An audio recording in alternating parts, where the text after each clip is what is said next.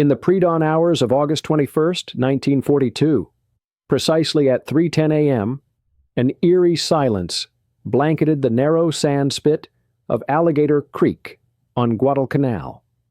Under the pale glow of a moonlit sky, approximately 200 Japanese soldiers, their forms barely discernible against the beach, launched a determined assault toward the entrenched Marine positions.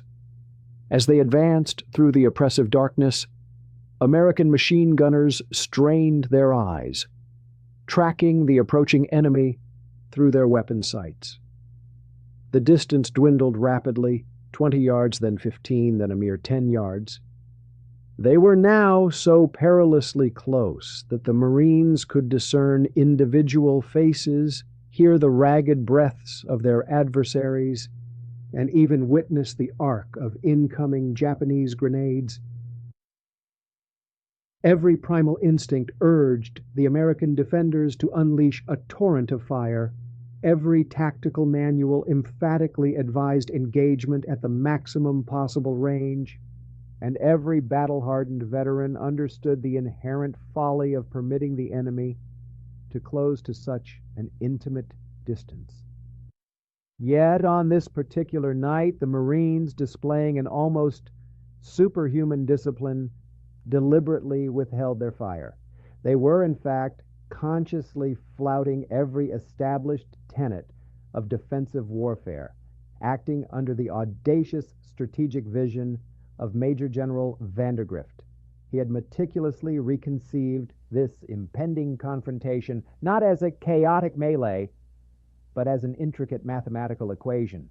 His solution involved pre-registered artillery coordinates, meticulously designed interlocking fields of fire, and the devastating potential of 37mm canister rounds, each one densely packed with 122 lethal steel balls, poised in the barrels like monstrous shotgun shells. The Japanese, brimming with a potent blend of martial spirit and a belief in their superior night-fighting prowess, were convinced they were on the verge of overwhelming yet another American stronghold. They remained utterly oblivious to the grim reality. They were unwittingly marching into what would become known as the most precisely engineered killing field in the annals of Marine Corps history. Sometimes allowing an adversary to approach too closely is not a miscalculation. It is, in fact, a cunningly laid snare. Please stay with us and watch the end of the video. We will be grateful for your like and subscription. Please write a comment about where you are from and what you think about the video topic. Simultaneously, Colonel Kionao Ichiki stood with an air of anticipation on the deck of the destroyer Kagero, its sleek hull slicing through the inky black waters en route to Guadalcanal. His thoughts were consumed by a phenomenon that Japanese commanders had collectively labeled victory fever. This pervasive sentiment had spread like an unstoppable conflagration throughout the Imperial Army since the surprise attack on Pearl Harbor, fostering an intoxicating and unshakable conviction that American forces would inevitably capitulate under any resolute assault, much as Chinese troops had fragmented and scattered across numerous battlefields. Ichiki, personally, carried the heavy burden of a glory that had been cruelly snatched away. His regiment had originally been earmarked for the capture of Midway, a strategic prize that would have undoubtedly revitalized Japan's faltering momentum in the Pacific theater. Instead, that pivotal operation had been abruptly canceled, leaving his elite troops with an insatiable hunger for a spectacular victory, the kind of triumph that would irrefutably affirm Japanese military supremacy once and for all. The initial intelligence assessments had been remarkably reassuring, bolstering Ichiki's confidence. Aerial reconnaissance conducted on August 12th had indicated minimal activity around the American perimeter surrounding Henderson Field. When Ichiki's advance elements successfully disembarked near Taivu Point on August 18th, some 25 miles to the east of the primary Marine positions, his radio operators transmitted messages brimming with self-assurance. No enemy contact, proceeding as planned. Higher headquarters, operating with limited and flawed information, had conservatively estimated American troop strength on Guadalcanal at perhaps 3,000 men, presuming them to be disorganized and demoralized following their hasty landing. The arithmetic appeared deceptively straightforward. Ichiki commanded a formidable force of 917 highly trained elite troops from the 28th Infantry Regiment. A swift, decisive night attack, he reasoned, would undeniably overwhelm whatever token American force remained to safeguard their invaluable airfield. What Ichiki, in his confident march along the coastal road toward Henderson Field, could not possibly have known was the true scale of the opposition he faced. Major General Alexander Vandergrift commanded not 3,000 but nearly 11,000 battle-ready Marines on the island.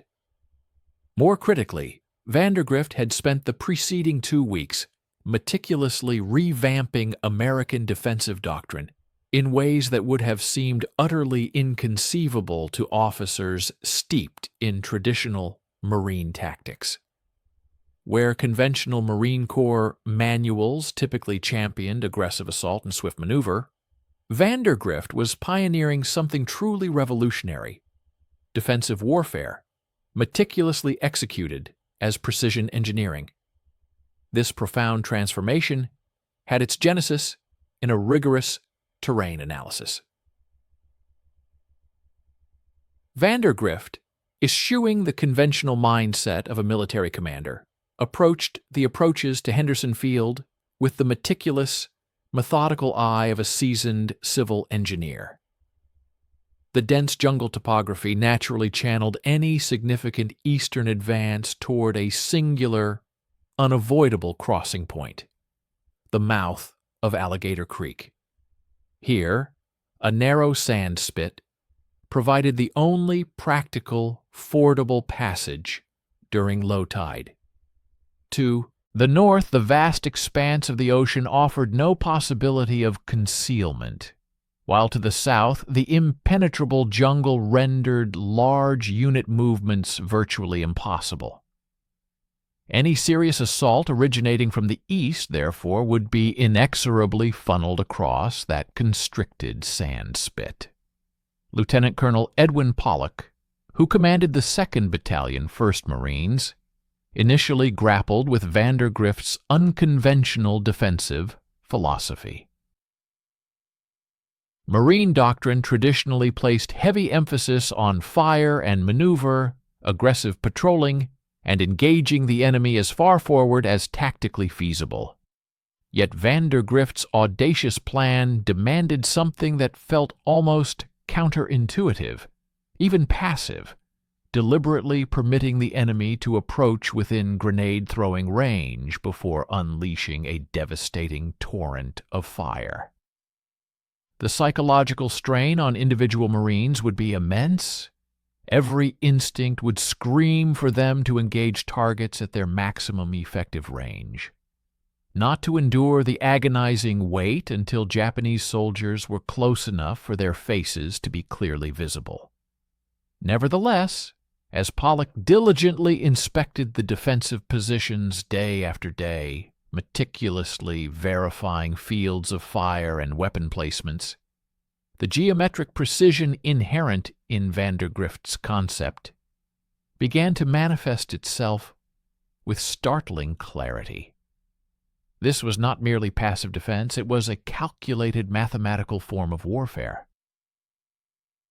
Water-cooled M19 7A1 Browning machine guns were strategically positioned with interlocking sectors of fire, each crew rigorously trained to maintain their designated sector, while adjacent guns provided crucial coverage for any potential gaps. Pre-registered mortar concentrations and artillery fires from the 11th Marines, with coordinates painstakingly measured during daylight hours, enabled crews to dial in incredibly accurate fires even in the profound darkness of night. Most critically, 37 Viel Bibomeros M3 anti-tank guns were loaded with M2 canister rounds, each shell packed with 122 steel balls designed to transform the narrow sandspit into an inescapable killing funnel. The level of discipline demanded was utterly unprecedented. Marine machine gunners were accustomed to engaging targets at ranges of 400 to 600 yards, whenever circumstances permitted. Vandergrift's plan, however, mandated holding fire until Japanese forces were within a mere 30 yards, a proximity so intimate that individual enemy soldiers could conceivably hurl grenades directly into Marine positions, a distance that would severely test the nerve of every man. But at that extreme close range, the 37mm canister rounds would function with the devastating effect of colossal shotgun blasts, each shell possessing the terrifying capability to cut down multiple attackers simultaneously. Private First Class Pomeroy, who was manning one of the water-cooled Browning machine guns along the creek line, had spent the preceding days wrestling with the profound challenge of reconciling this new, radical doctrine with everything he had been taught about Marine warfare. The M1917A1, a formidable weapon, could sustain cyclic rates of 450 to 600 rounds per minute, its water jacket ingeniously preventing the barrel overheating that frequently plagued air-cooled weapons during protracted firefights. Yet, the grim reality of firing at such close range meant accepting that some enemy soldiers would inevitably reach Marine positions before being obliterated. The entire audacious plan hinged on an absolute, unwavering trust in the geometric precision of overlapping fires and the overwhelming stopping power of the canister rounds. Company G of the 1st Marines had been strategically designated as the Mobile Reserve, poised to launch a decisive counterattack should any Japanese assault succeed in breaching the defensive perimeter before consolidating their gains. This particular assignment perhaps represented the most formidable psychological challenge within General Vandergrift's meticulously crafted defensive blueprint. While their comrades in other units would at least experience the immediate catharsis of engaging the enemy with their weaponry, Company G was tasked with the agonizing wait in their designated reserve positions, placing their unwavering faith in the designed efficacy of the killing zone. Their readiness was paramount, prepared to execute instantaneous counterattacks if, against all odds, any Japanese forces managed to penetrate the main line. As the twilight hours of August 20th dissolved into the dawn of August 21st, crucial intelligence dispatches from vigilant coast watchers confirmed the westward advance of a substantial Japanese contingent along the coastal thoroughfare. The Marines, having meticulously settled into their positions along the banks of Alligator Creek, remained unaware that they were on the precipice of participating in a tactical experiment destined to fundamentally reshape American defensive doctrine for the duration of the Pacific War. Their understanding was limited to the unambiguous directive from their commanding general to permit the adversary to close the distance, drawing closer than any Marine manual had ever dared to conceive, and to place their trust in precise mathematical calculations over raw, primal instinct. Before we delve deeper into the intricate details of this groundbreaking defense, we encourage you to stay with us until the very end of this video. We would be immensely grateful for your valuable like and subscription. And please feel free to share your thoughts in the comments below, letting us know where you are from and what you personally think about the crucial topic we are exploring. The topography itself inherently dictated the precise geometry of impending death. Lieutenant Colonel Pollock had devoted countless hours to an exhaustive study of the ground where Alligator Creek converged with the sea.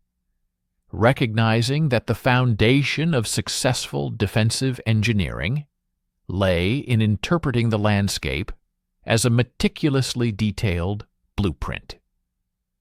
The creek formed a formidable natural barrier, stretching roughly from north to south, before curving eastward to discharge its waters into the vast ocean. On the western bank, where the Marine forces had established their principal line of resistance, the terrain gently ascended, affording unobstructed observation and expansive fields of fire across the narrow sand spit that constituted the sole viable crossing point during low tide. To the north, the boundless expanse of the open ocean offered absolutely no cover or concealment for any assaulting forces. Conversely, to the south, a dense, almost impenetrable jungle growth presented an insurmountable obstacle to large-scale unit movements. Consequently, any serious offensive thrust from the east would be inexorably funneled into a constricted killing zone, barely 50 yards in width. Pollock had deployed his machine guns with an almost surgical exactitude. Each M1927A1 Browning heavy machine gun was sighted to meticulously cover specific sectors while simultaneously overlapping its field of fire with adjacent weapons, thereby eradicating any potential dead space. The water-cooled barrels of these formidable weapons were uniquely capable of sustaining the prolonged and continuous firing that this novel defensive concept unequivocally demanded, a stark contrast to air-cooled counterparts, which would swiftly succumb to overheating during extended engagements. Every single gun crew had dedicated days to precisely measuring ranges to critical terrain features, carefully marking their aiming stakes for predetermined target reference points. Under the shroud of night, when visual identification became utterly impossible, the seasoned machine gunners could precisely traverse their weapons to these pre-registered positions and deliver devastatingly accurate fires based purely on mathematical computations, rather than relying on visual confirmation. The artillery component of General Vandergrift's comprehensive defensive strategy represented perhaps the most sophisticated and meticulously planned fire support operation the Marine Corps had ever undertaken in actual combat. Forward observers from the 11th Marines, demonstrating exceptional foresight, had diligently pre-registered numerous concentration points on the eastern bank of Alligator Creek, meticulously measuring precise distances and compass bearings during daylight hours. These critical coordinates were subsequently plotted with absolute precision on firing charts, empowering artillery crews strategically positioned miles behind the front lines to deliver devastatingly accurate fires even in the complete absence of light. This innovative system fundamentally transformed night artillery engagements from speculative guesswork into an exercise of precision engineering. When observers transmitted requests for fires on these pre-registered concentrations, gun crews could simply input the predetermined settings and unleash their salvos, confident that their rounds would impact precisely where they were needed. The 37mm anti-tank guns constituted arguably the most innovative an unconventional element of the entire defensive blueprint. Although primarily designed and intended for engaging enemy armored vehicles, these formidable weapons were being ingeniously employed in an infantry support capacity, a role that brilliantly exploited their unique destructive capabilities. Each M3 gun was loaded with M2 canister rounds, each containing a staggering 122 steel balls. Upon firing, these specialized rounds functioned akin to enormous shotgun shells, unleashing a devastating cone of destruction capable of felling multiple attackers simultaneously. At optimal ranges of approximately 20 to 30 yards, these canister rounds would achieve their maximum effectiveness, with individual steel balls retaining lethal velocity while spreading to cover the entire width of the critical sand spit crossing point. The psychological demands imposed by this meticulously engineered defensive system far exceeded anything the standard Marine training had prepared the men to adequately handle. Private First Class Pomeroy and his dedicated machine gun crew had tirelessly practiced these unconventional techniques repeatedly. Yet the stark reality of deliberately allowing armed enemy soldiers to approach within mere hand grenade range profoundly challenged every primal survival instinct ingrained within them. The M19 170A1 machine gun was capable of engaging targets with considerable effectiveness at ranges extending from 800 to 1,000 yards under ideal conditions. However, the directive to hold fire until Japanese forces had closed to within a terrifying 30 yards necessitated the grim acceptance that some attackers would inevitably reach positions from which they could hurl grenades or even attempt to overrun individual fighting positions before being cut down by the concentrated firepower. Fire discipline, therefore, emerged as the paramount factor that would ultimately determine the success or catastrophic failure of the entire operation. Each individual weapon system had been assigned specific, critical responsibilities within the overarching defensive scheme. The 37mm guns were authorized to engage only when Japanese forces had penetrated the predetermined kill zone situated on the sandspit. The machine guns were instructed to meticulously hold their fire until the devastating canister rounds had been fully expended, at which point they would unleash interlocking fires to decimate any survivors attempting to press their assault. Artillery concentrations were precisely targeted at the eastern bank to effectively prevent reinforcements from supporting the initial assault waves. The timing of these coordinated fires had to be absolutely impeccable.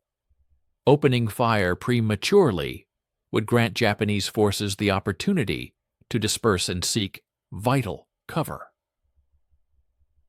Conversely, waiting too long risked the horrifying prospect of being overrun before the meticulously planned defensive fires could achieve their intended annihilating effect.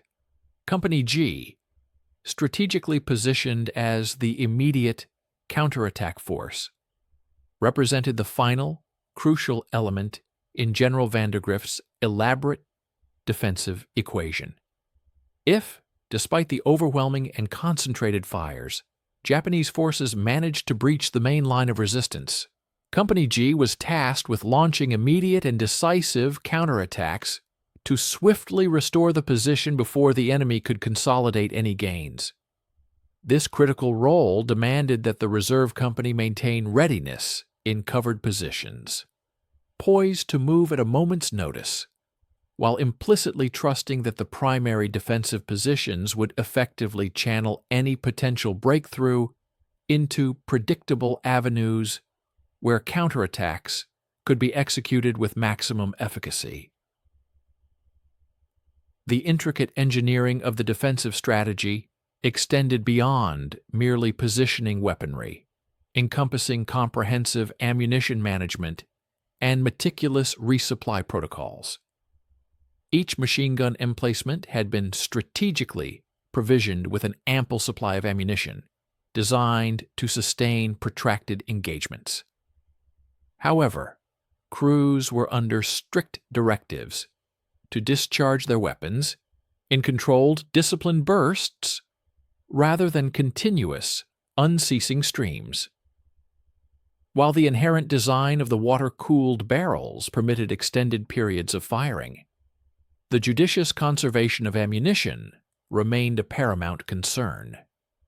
Concurrently, artillery teams had meticulously pre-positioned supplementary rounds at their designated gun locations, complete with pre-established firing programs that precisely allocated specific quantities of ordnance to each pre-registered target concentration. Given the inherently limited supply of canister ammunition for the 37mm guns, the judicious selection of targets and the precise timing of their deployment were deemed absolutely indispensable to the plan's efficacy. As the cloak of darkness descended on the evening of August 20th, the Marines, who were meticulously settling into their prepared positions along the banks of Alligator Creek, harbored a profound understanding that they were on the cusp of rigorously testing a defensive doctrine that boldly challenged the very bedrock of traditional Marine Corps tactical assumptions. The ultimate triumph of General Vandergrift's meticulously crafted plan hinged not upon individual acts of daring heroism or audacious offensive maneuvers, but rather upon an unwavering collective discipline and an almost clinical mathematical precision. Each Marine was compelled to place absolute faith that his specific assigned role within the expansive, interconnected geometric pattern would contribute significantly to a sophisticated defensive system explicitly engineered to transform the brutal reality of close-quarters combat into a meticulously calculated equation. The psychological burden weighing upon each individual was undeniably immense, yet the underlying engineering of the entire scheme was unequivocally flawless. In this crucible of impending conflict, the abstract principles of mathematics were poised to intersect with the raw savagery of warfare at a mere 20 yards. Stay with us and watch the end of the video. We will be grateful for your like and subscription. Write a comment about where you are from and what you think about the video topic. At precisely 3:10 a.m. On the morning of August 21st, the unmistakable sound of splashing water rippled ominously across the narrow sand spit, signaling the commencement of an assault as approximately 200 Japanese soldiers initiated their advance across the mouth of Alligator Creek. Private First Class Pomeroy, his senses heightened by the ambient tension, pressed his eye firmly against the rear sight of his M19 Maui-Sunwam A1 Browning machine gun, intently observing the shadowy figures as they emerged from the dense jungle foliage and began their perilous movement across the moonlit beach. His water-cooled machine gun stood fully loaded and primed, its traverse and elevation mechanisms meticulously preset to encompass its predetermined sector of fire. Every primal instinct within him screamed for immediate action, urging him to unleash a torrent of bullets to decimate the advancing enemy while they remained starkly silhouetted against the pale expanse of sand and the dark, reflective water. Yet, Pomeroy steadfastly held his fire, adhering with unwavering resolve to the rigorous discipline that Lieutenant Colonel Pollock had painstakingly ingrained into every Marine positioned along the defensive line. The Japanese soldiers advanced with an almost palpable air of self-assurance, convinced that they were successfully executing a surprise attack that would catch the American defenders off guard. Their hushed voices carried faintly across the narrow stretch of water, as officers issued whispered commands and enlisted men struggled to maintain their formation while navigating the uneven, treacherous bottom of the creek mouth. Some faltered and stumbled in the deeper channels, their equipment clattering audibly as they strained to regain their footing. Others moved with a more practiced fluidity, clearly veterans of previous night operations conducted in China, where similar stealth tactics had consistently proven effective in overwhelming Chinese defensive positions. The advancing Japanese force remained utterly oblivious to the grim reality that they were marching directly into a precisely calibrated killing zone. With each deliberate step, they drew inexorably closer to the mathematical epicenter of the Marines' defensive scheme, a point where overlapping fields of fire were designed to converge with devastating maximum effect. 25 yards separated them from the western bank, then 20 yards, then 15 yards. The vanguard elements of the Japanese assault force were now sufficiently close for individual Marines to discern distinct facial features in the deceptive moonlight, close enough even to audibly perceive the strained breathing of men who firmly believed they were on the verge of overrunning yet another American position through sheer force of superior spirit and honed night-fighting techniques. At the critical 10-yard mark, Lieutenant Colonel Pollock finally issued the decisive order, a command that would serve as the ultimate crucible for months of painstaking preparation and meticulous planning. Fire. The single word resonated along the entire defensive line, transmitted in a controlled, urgent shout that instantly triggered the most concentrated burst of overwhelming firepower the Marine Corps had ever unleashed at such an intimately close range.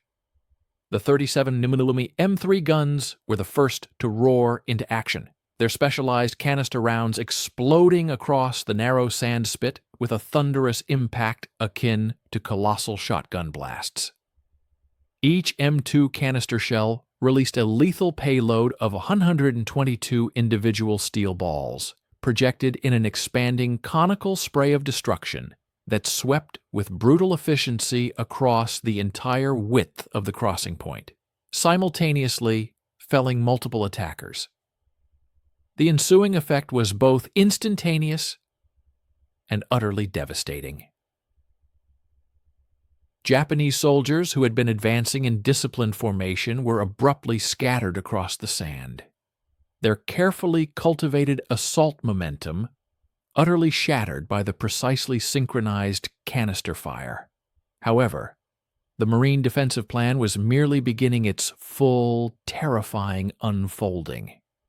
Immediately following the expenditure of initial rounds by the 37mm guns, the M19-117A1 machine guns erupted, unleashing a torrent of interlocking fires that meticulously covered every single square yard of the designated killing zone. Pomeroy instinctively pressed his trigger, feeling the familiar rhythmic vibration of the water-cooled weapon cycling at its sustained and deadly rate of 450 rounds per minute. The gun's traverse mechanism allowed him to methodically sweep his assigned sector, while neighboring machine gun crews seamlessly covered any potential gaps in the defensive curtain.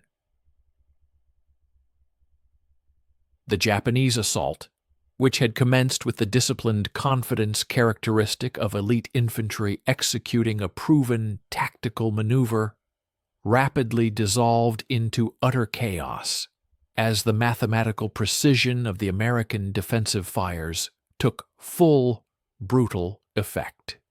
Soldiers who had miraculously survived the initial canister rounds found themselves inexorably caught in a merciless crossfire of overlapping machine gun rounds that offered absolutely no dead space, no viable covered approaches, and no conceivable escape routes back to the relative safety of the eastern bank. The geometric perfection of Vandergrift's defensive plan was manifesting itself in the most brutal and unforgiving terms imaginable. Yet even this overwhelming, concentrated firepower could not entirely halt every single attacking soldier. Some Japanese troops, propelled forward by rigorous training and desperate, unyielding determination, relentlessly continued their advance through the defensive fires, ultimately managing to reach the western bank of Alligator Creek. A resilient few even succeeded in overrunning isolated Marine fighting positions, their bayonets and grenades creating localized, albeit small, breaches in the otherwise formidable defensive line. For a fleeting moment, the perceived mathematical perfection of the intricate defensive scheme appeared to be genuinely threatened by the unpredictable variables of individual human courage and sheer random survival. This precise contingency, however, was something that both Vandergrift and Pollock had meticulously anticipated and planned for. Company G, strategically held in reserve just behind the main defensive line, received immediate orders to launch a counterattack. The reserve Marines moved with practiced efficiency and coordinated precision, their swift advance expertly covered by a continuous barrage of machine gun fires that effectively prevented the Japanese forces from consolidating their meager gains. The ensuing counterattack was both swift and decisively executed, rapidly clearing the few Japanese soldiers who had managed to reach the western bank before they could establish any meaningful foothold or transmit signals of their perceived success to reinforcements still awaiting orders on the eastern side of the creek. The profound mathematics of defensive warfare were undeniably proving their efficacy in real time, yet the intense action of the night was far from concluded. The intense conflict was undeniably far from reaching its conclusion. Even as Company G diligently worked to restore the integrity of their primary defensive positions, the relentless deluge of indirect fire from Japanese mortars and 70mm infantry guns on the eastern bank began to systematically hammer the Marine emplacements. The enemy commanders, having painfully acknowledged the catastrophic failure of their initial offensive, were now desperately striving to suppress American defensive capabilities long enough to orchestrate a subsequent attack. Mortar rounds descended with a deafening roar, exploding amidst the Marine fighting positions and briefly illuminating the chaotic battlefield with fleeting, hellish flashes. These stark, transient bursts of light starkly revealed the grim extent of Japanese casualties strewn across the sandy landform. The incessant incoming indirect fire severely tested the fortitude of individual Marines, who were compelled to steadfastly maintain their positions, even as mortar fragments shrieked overhead and 70mm shells continually impacted along their meticulously established defensive line. Pomeroy, a picture of unwavering resolve, remained hunched over his machine gun, his eyes ceaselessly scanning his assigned sector for any indication of a renewed enemy assault. Simultaneously, he consciously attempted to disregard the concussive explosions that, with each successive salvo, seemed to creep closer and closer to his own location. The water jacket of his M19 Y7A1 machine gun had become noticeably hot from the continuous, sustained volleys of fire, yet the sophisticated cooling system was performing flawlessly. This crucial efficiency allowed him to maintain a high degree of accurate suppressive fire without encountering the pervasive barrel overheating issues that often plagued air-cooled weaponry in similar prolonged engagements. The initial phase of the Battle of Alligator Creek had unequivocally showcased the devastating effectiveness of Vandegrift's meticulously engineered defensive strategies. However, both warring factions understood with stark clarity that the night's brutal fighting was by no means concluded. Japanese forces still firmly controlled the eastern bank of the creek, and their persistent indirect fires served as a grim precursor, strongly indicating preparations for additional, more determined assault attempts. The Marines had, through their tenacious defense, conclusively proven that their defensive concept operated with lethal efficacy at close quarters. Nevertheless, the ultimate decisive test of sophisticated mathematical warfare pitted against traditional brute force offensive tactics was still an impending challenge waiting to unfold in the dark hours ahead. Stay with us and watch the end of the video. We will be grateful for your like and subscription.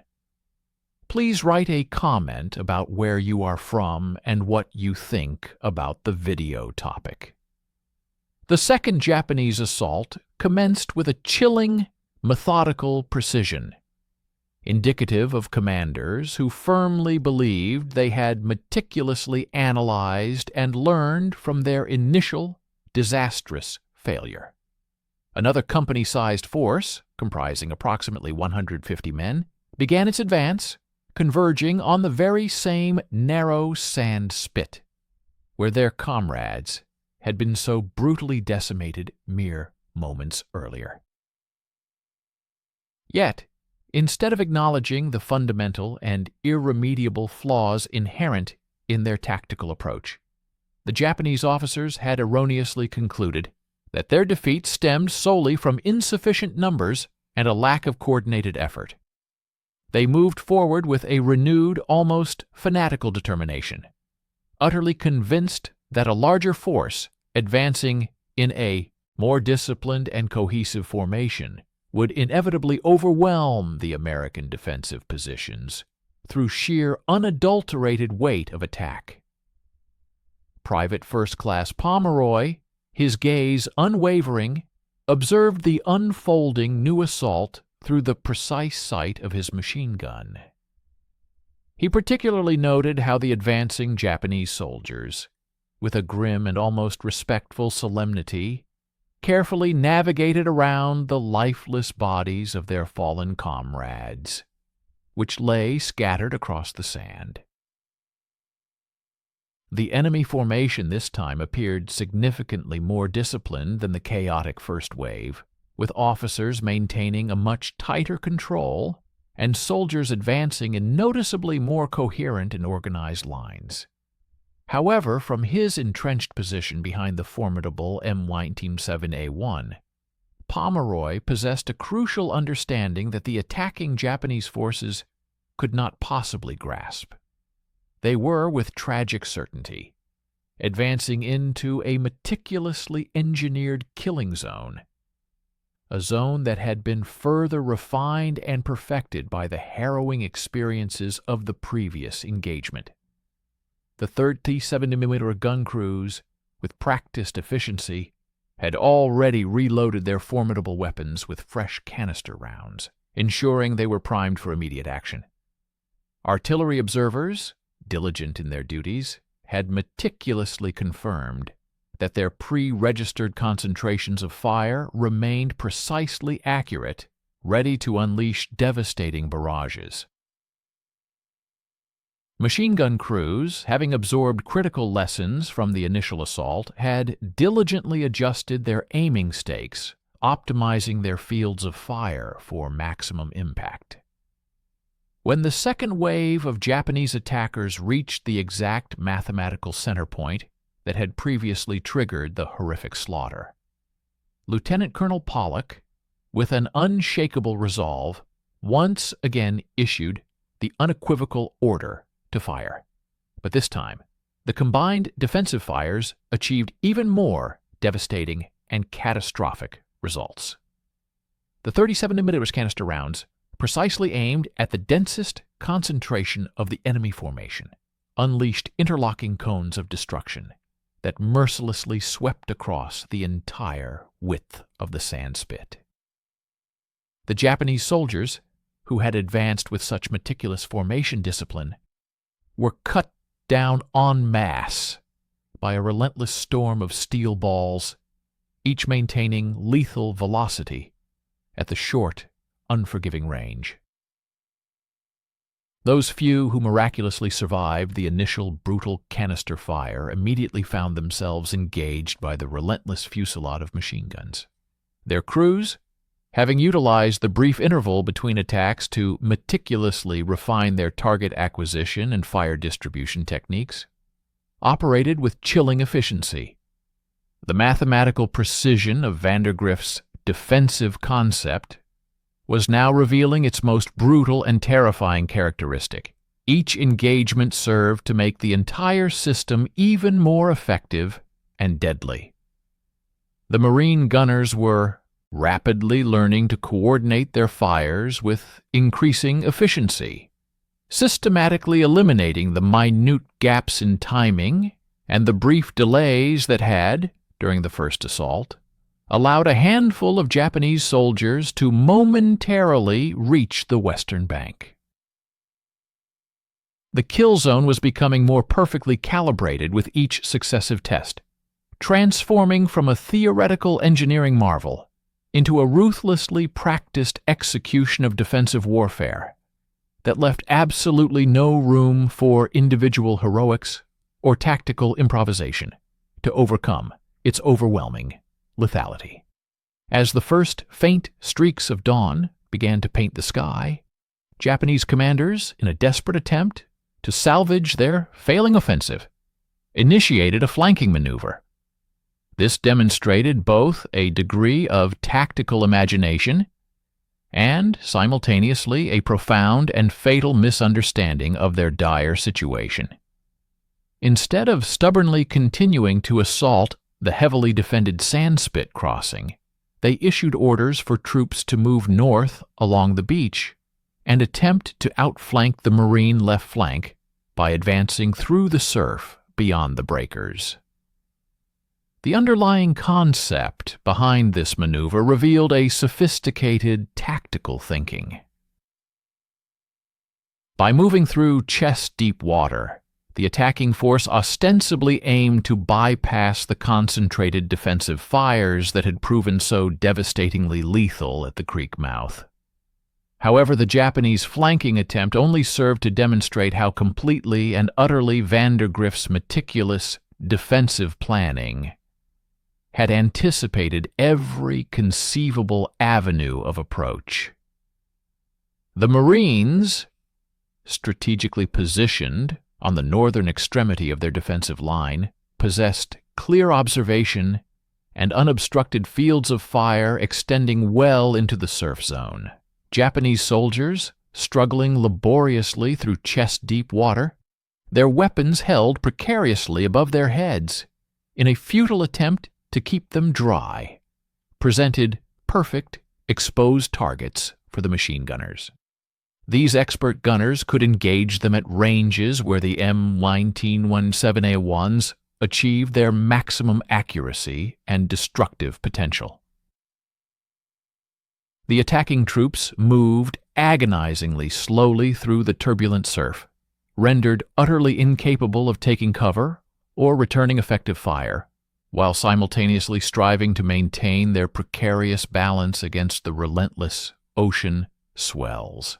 Artillery concentrations, which had been meticulously pre-registered for precisely this contingency, began falling with devastating accuracy among the Japanese troops at 400 hours and again at 4:15. The explosive shells created spectacular geysers of water and sand, further exacerbating the chaos among men already struggling desperately to maintain some semblance of formation in the tumultuous surf. Machine gun fires from multiple converging positions, focused relentlessly on the exposed flanking force, mercilessly cutting down soldiers who had no protection whatsoever, save for the very water that both impeded their movement and, ironically, made them even easier targets. The Japanese maneuver to outflank the American positions, a tactic that might typically have found success against a more traditional or less meticulously arranged defensive perimeter, instead served as yet another compelling mathematical illustration of how precisely engineered geometric deployments could effectively nullify even determined tactical ingenuity. With the full clarity of dawn now breaking over the battlefield, Major General Vandergrift issued the command for the conclusive stage of his meticulously conceived defensive strategy to be put into motion. Under the command of Lieutenant Colonel Creswell, the 1st Battalion, 1st Marines, initiated a deliberate movement upstream. Their objective was to traverse Alligator Creek at a dry ford situated approximately 3,000 yards inland, well beyond the immediate fury of the coastal engagement. This particular operational thrust was the quintessential embodiment of Major General Vandergrift's unique engineering-centric philosophy of warfare. After having strategically utilized coordinated defensive barrages to pin down and decimate the initial waves of the enemy's attacking formations, he was now deploying a dynamic, mobile component of his forces, with the express purpose of completely dismantling the remaining Japanese strongholds through a comprehensive envelopment. Lieutenant Colonel Creswell's battalion successfully forded the upper creek, encountering no resistance during their crossing. They then commenced a sweeping movement down the eastern bank, their forward momentum seamlessly synchronized with ongoing artillery bombardments. These precision artillery strikes effectively denied Japanese forces any opportunity to establish new, coherent defensive positions or to orchestrate an organized strategic retreat. The enveloping contingent advanced with an almost methodical exactitude, their progress meticulously shielded by the identical pre-registered artillery concentrations that had earlier provided crucial support during the defensive stages of the engagement. Upon reaching a point approximately 3,000 yards inland, the Marine units executed a decisive pivot towards the beach, thereby ensnaring the remaining Japanese forces within an ever-tightening pocket. This tactical maneuver left the enemy with virtually no viable escape routes, compelling them back into the very killing zone that had already proven devastatingly effective. Please stay with us and watch the end of the video. We will be grateful for your like and subscription. Please write a comment about where you are from and what you think about the video topic. The subsequent appearance of Marine tanks steadily traversing the sandbar in the full light of day signaled the ultimate integration of Major General Vandergrift's sophisticated combined arms doctrine. These armored vehicles, which had been prudently kept in reserve throughout the hours of night combat specifically to avert any potential fratricidal incidents amidst the darkness and confusion, now advanced across the fiercely contested terrain. Their mission was to furnish direct fire support, a vital element for the ongoing infantry push. Although one tank was regrettably incapacitated by cleverly concealed Japanese mines, the remaining armored assets significantly augmented the Marines' mobile firepower. This enabled them to effectively engage emergent targets of opportunity and to systematically assist in the methodical eradication of entrenched enemy positions. Precisely at 1207 hours, Marine Fighter Squadron 223, an aerial unit that had only recently arrived at Henderson Field on August 20th, executed its inaugural interception. The squadron immediately commenced devastating strafing runs, effectively sealing off any lingering escape avenues along the beach for the beleaguered Japanese forces. This decisive integration of air support into the overarching ground tactical plan powerfully underscored how Major General Vandergrift's foundational defensive engineering principles had not merely held fast, but had also seamlessly transformed into highly effective offensive operations. Crucially, this transition was executed with the very same mathematical precision that had been the hallmark of the previous night's defensive triumph. By 1700 hours, any semblance of organized Japanese resistance had completely dissolved, marking the moment when the profound mathematical revolution inherent in American defensive doctrine received its undeniable and complete tactical validation. As the lingering smoke of battle finally dissipated on the morning of August 22nd, the extraordinary mathematical precision underpinning Major General Vandergrift's defensive engineering became quantifiable through stark numerical data, figures that were destined to fundamentally reconfigure American tactical doctrine for the duration of the Pacific War. An estimated 774 to 800 Japanese soldiers lay lifeless across the confined sandspit and the adjacent beach areas, their fallen forms testament to the geometric perfection achieved by interlocking machine gun fire and devastating canister rounds. A mere 15 members of Colonel Ichiki's once formidable assault force were taken alive, the majority of whom were wounded and utterly incapable of further combat. In stark contrast to these staggering losses, American casualties amounted to between 34 and 44 killed in action, alongside approximately 75 wounded.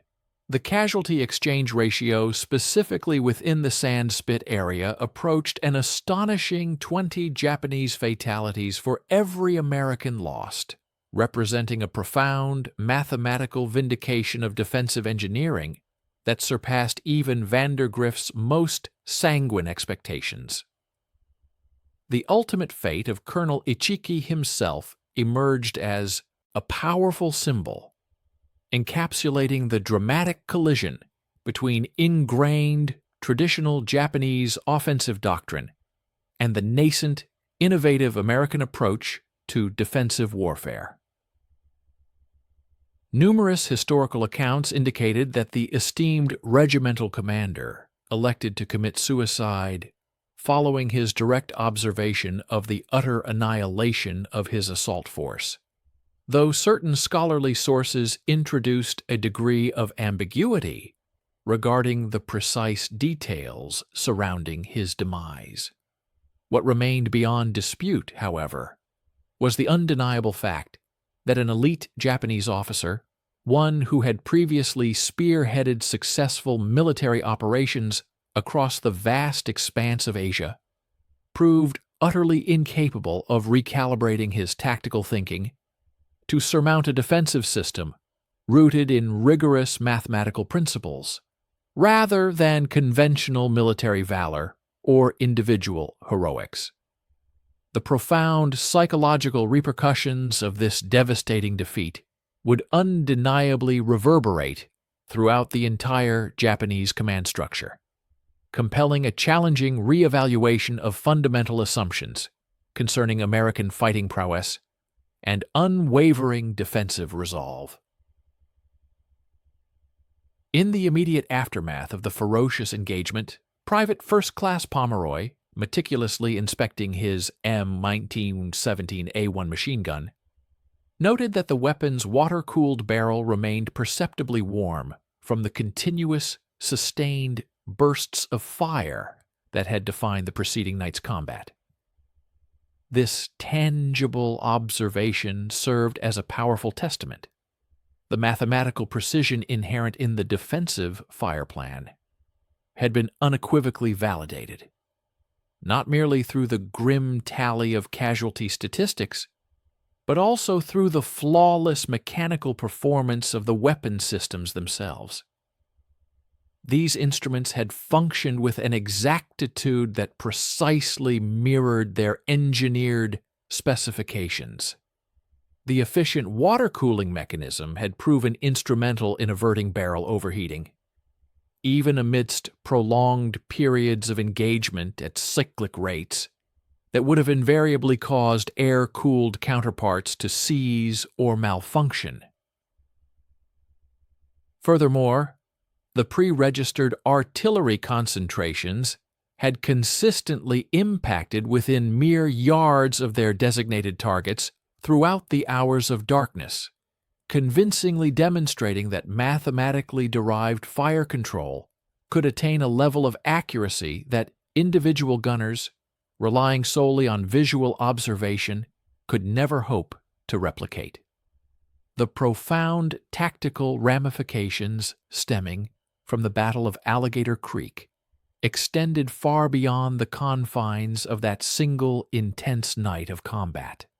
Major General Vandergrift had unequivocally demonstrated that the demands of modern warfare intrinsically favored systematic engineering and meticulous planning above mere individual courage or conventional bravery. His strategy illustrated that defensive positions, when conceived and executed with mathematical precision, possessed the capacity to yield outcomes that traditional military thinking might have previously dismissed as utterly unattainable. The radical concept of deliberately permitting enemy forces to advance to within grenade range before initiating a devastating barrage of fire directly contravened virtually every established manual and training program then in existence within the Marine Corps. Yet, despite this audacious departure from orthodoxy, this approach had undeniably engineered the most decisive tactical victory achieved by American forces since their entry into the Pacific War. A mere 3 weeks subsequent to the events at Alligator Creek, the groundbreaking tactical template forged there would confront its definitive trial. Approximately 3,000 Japanese troops, marshaled under the command of Major General Kiyotake Kawaguchi, unleashed a meticulously coordinated assault against Marine positions situated on what would forever be etched into history as Edson's Ridge. The ensuing battle, fiercely contested between September 12th and 14th, would witness the application of Major General Vandergrift's innovative defensive engineering principles, but this time on a significantly grander and more expansive scale. Once more, the strategic deployment of thoroughly prepared positions, the precision of pre-registered artillery bombardments, the comprehensive coverage provided by interlocking machine gun fire, and the unwavering discipline of fire control would collectively prove unequivocally decisive against the relentless Japanese night attack tactics. Kawaguchi's attacking formations would sustain between 700 and 800 killed in action, while inflicting approximately 100 American fatalities, though precise figures can vary slightly depending on the historical sources consulted. Crucially, the fundamental mathematical relationship between sophisticated defensive engineering and resounding tactical success would consistently hold true, even as the intensity and sheer scale of the combat dramatically escalated. Upon surveying the hallowed ground where his battalion had meticulously applied Vandergrift's groundbreaking defensive strategy, Lieutenant Colonel Edwin Pollock grasped the profound truth that their actions transcended the scope of a mere tactical skirmish.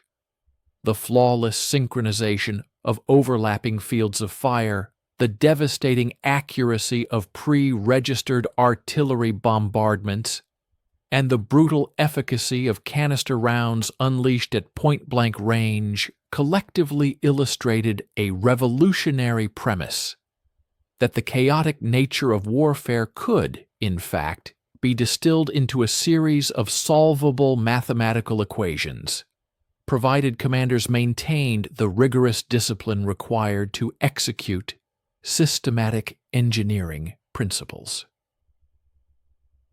The inherent psychological hurdle of permitting armed adversaries to advance within mere yards of their fortified lines was meticulously surmounted, not by reliance on individual acts of bravery, but through intensive training and an unwavering faith in the geometric exactitude of their defensive scheme. This pivotal engagement, therefore, carried far-reaching strategic repercussions, destined to shape American defensive doctrine across the vast expanse of the Pacific theater. The profound insights garnered at Alligator Creek were subsequently disseminated and meticulously implemented by island garrisons spanning the vast Pacific, from the coral sands of Tarawa to the volcanic slopes of Iwo Jima. These distant outposts would adopt and refine the innovative methods of mathematical fire planning and precise geometric positioning, thereby achieving tactical outcomes that traditional, less analytical defensive philosophies could never have conceived or executed. The strategic paradigm shift, embracing the notion of deliberately ceding ground in exchange for the absolute mathematical certainty of concentrated firepower, involved deliberately drawing enemy forces into precisely demarcated killing zones, areas where defensive barrages could unleash their maximum, most destructive effectiveness. This counterintuitive yet supremely logical approach would rapidly evolve into a standardized operational procedure for American units confronting the relentless and often fanatical Japanese assault tactics. Crucially, the vital contribution of Jacob Vuza, a courageous Solomon Islander, underscored the indispensable human element that underpinned the success of this ostensibly mathematical approach to warfare. It was his invaluable intelligence, meticulously gathered and bravely conveyed, that empowered the Marines to construct their intricate defensive trap with such unprecedented precision. Vuza's harrowing ordeal, his capture and brutal torture at the hands of Japanese forces, followed by his miraculous escape and urgent warning to American commanders, furnished the exact tactical intelligence required to deploy Vandergrift's sophisticated defensive engineering at the precise moment and location where it would prove most decisive.